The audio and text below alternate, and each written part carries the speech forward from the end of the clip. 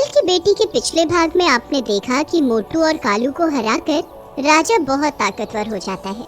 ये सब टॉमी की दी हुई शक्तियों के कारण होता है। मोटू और कालू को राजा एकदम से इतना ताकतवर कैसे हो गया, इस बात पर शक होता है। राजा और परी चुड़ैल से मिलने जाते हैं तो मोटू और राजा भी उनका पीछा करते हैं। अरे मेरे बच्चों, तुम आ गए, आओ आओ। अरे क्या बात है, तुम दोनों तो आज बहुत खुश लग रहे हो। हाँ नाना जी, टॉमी ने तो कमाल ही कर दिया। स्कूल में कुछ बच्चे हमें तंग करते थे, उन्हें टॉमी ने मजा चखाया। अब वो हमें परेशान नहीं करेंगे कभी भी। चलो अच्छा हुआ ये तो। चलो अब कुछ खा लो। इतने में मोटू और कालू भी गुफा के बाहर पहुंच जाते हैं। गुफा के अंदर का नजारा देखकर उनकी आंखें फटी की फटी रह जाती हैं।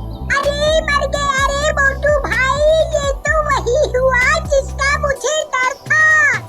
अरे ये राजा और परी के नाना नानी है, जो कि भूत है। राजा की ताकत के पीछे इन्हीं का हाथ है। हाँ यार, सही कहा। अरे यार, वो सब छोड़, वो देख क्या बढ़िया बढ़िया चीजें हैं। मेरे तो मुंह में पानी आ रहा है। चल राजा से माफी मांग लेते हैं, हमें भी ये सब खाने को मिल जाएगा। वैसे भी उससे दुश्मनी करके अब कोई फायदा नहीं है, हम उसको कुछ नहीं बिगाड़ पाएंगे। क्या फुक्कड़ लड़का है यार तू। चल वापस चल, इसके पहले कि हमें कोई देख ले। चल भाग लेते हैं अभी यहाँ से।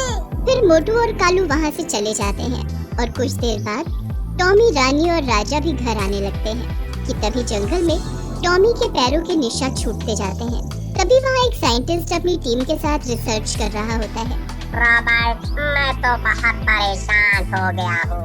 बस कुछ अच्छा सा मिल जाए तो मेरी प्रमोशन जो अटकी पड़ी है वो हो जाए।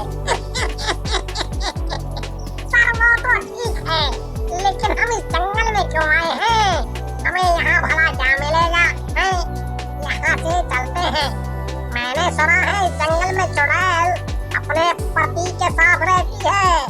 पता चला कि हम खोज करने आए हैं और हमें ही ना खोजना पड़ जाए सबको।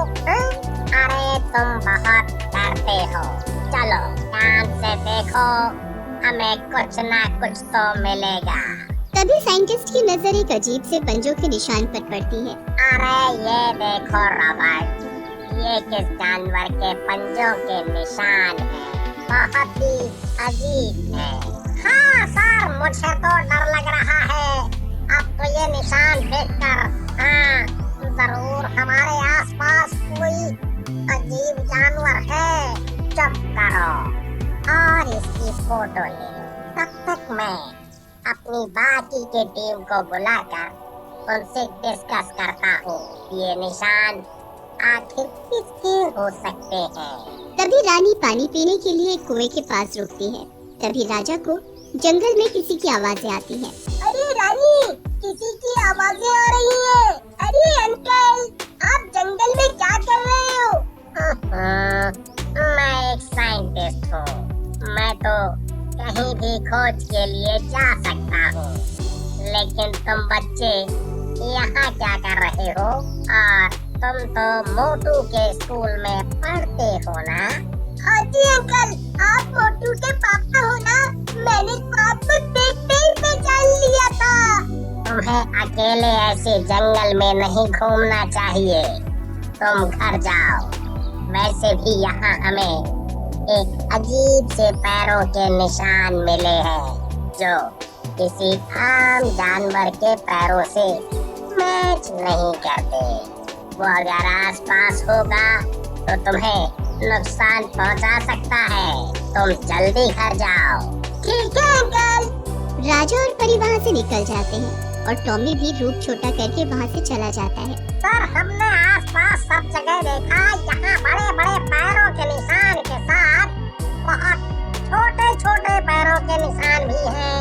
वेल, हमारी टीम का क्या कहना है? सर, ये पैरों के निशान इस धरती पर रहने वाले किसी जानवर से मैच नहीं होते। ओह, तो तुम्हारा क्या मतलब है कि कोई एलियन यहाँ आ गया है? हो सकता है सर। वाह वाह, क्या बात है। ये जो भी है इसको जल्दी ही ढूंढो। इसके मिलते ही मेरी प्रमोशन तो पक्की है। दूसरी तरफ रात में परी, कालू के पापा बहुत बड़े साइंटिस्ट हैं। हमें टॉमी को छुपा कर रखने में अब तो और मेहनत करनी होगी। वहीं दूसरी तरफ कालू भी परेशान होता है कि वो राजा का कुछ नहीं बिगाड़ सकता, क्योंकि उसके सर पर तो चुड़ैल नानी का हाथ है। तभी कालू के पापा वहाँ आते हैं। अरे कालू बेटा, इतनी रात हो गई, तुम अब तक सोए क्यों नहीं? कुछ नहीं पापा, आप तो साइंटिस्ट हो, ये भूत होता क्या है?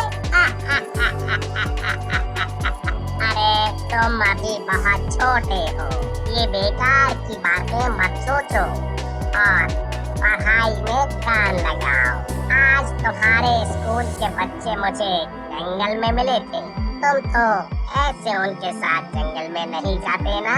क्या पापा, कौन से बच्चे? कालू मन में सोचता है, आज तो मैं और मोटू गए थे जंगल, कहीं हमें तो पापा ने नहीं देख लिया वहाँ? नहीं, राजा और परी को देखा होगा। चलो छोड़ो, अब तुम सो जाओ।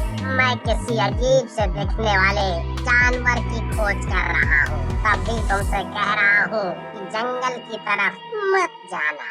वहाँ अजीब से जानवर के ताजे पैरों के निशान पाए गए हैं आज। इतना बोलकर वो सोने चले जाते हैं, लेकिन कालू को शक होता है कि ये अजीब सा जानवर कौन हो सकता है। अगले दिन न्यूज में भी ये खबर आ जाती है।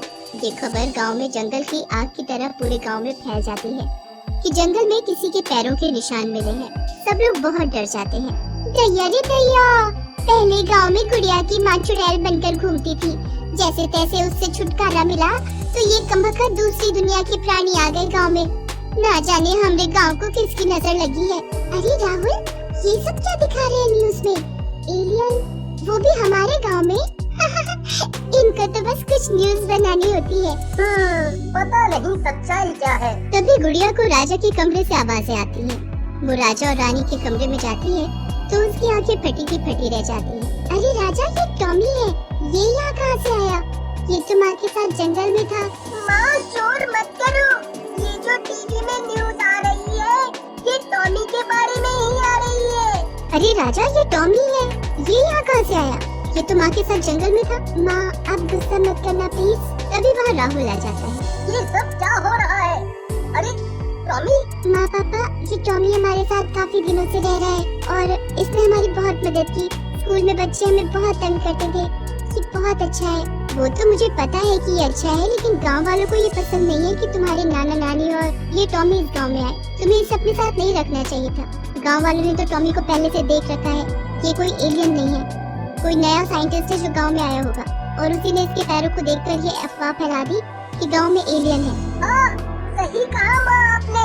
मोटू के पापा जो कि काफी समय से शहर में थे, अभी यहाँ गांव में आए हुए हैं।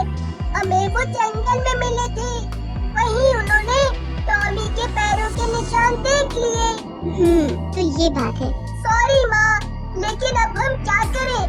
कल हम जंगल गए थे नानी से मिलने, तभी कालू के पापा ने हमें वहाँ देख लिया और टॉमी के पैरों के निशानों को भी। अब हम क्या करें? आगे की कहानी देखने के लिए